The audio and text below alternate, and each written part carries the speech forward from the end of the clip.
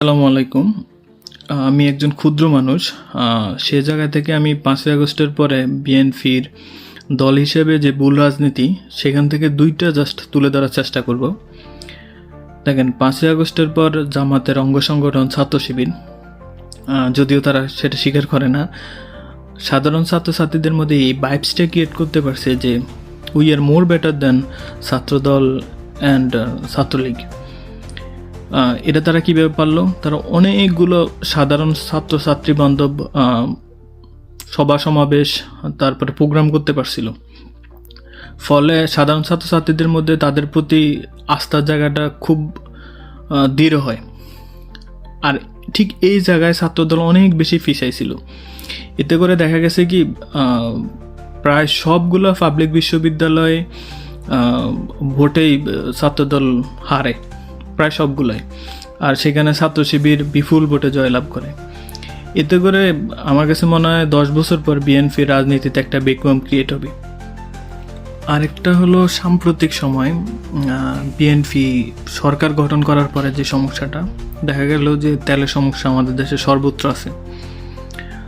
আমার একটা বন্ধু আছে, লাকসাম কলেজে আমরা একত্রে পড়ছিলাম, ইপ্তি নাম।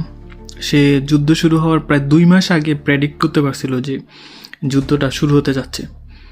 আর এই যুদ্ধ শুরু হওয়ার প্রথম দিনে খুব সম্ভবত আমি ফেসবুকে পোস্টে বলতে পারছি যে এই যুদ্ধ যদি 15 দিন স্থায়ী হয়, হরমুজ প্রণালী বন্ধ হয়ে যাবে।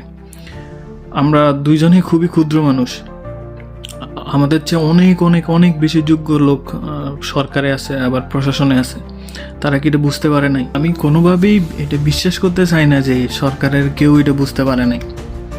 ঠিক আছে, আমার কাছে মনে হয় যে বুঝতে তারা ঠিকই পারছিল, কিন্তু হলো যে সদিচ্ছার ব্যাপক ঘাটতি ছিল,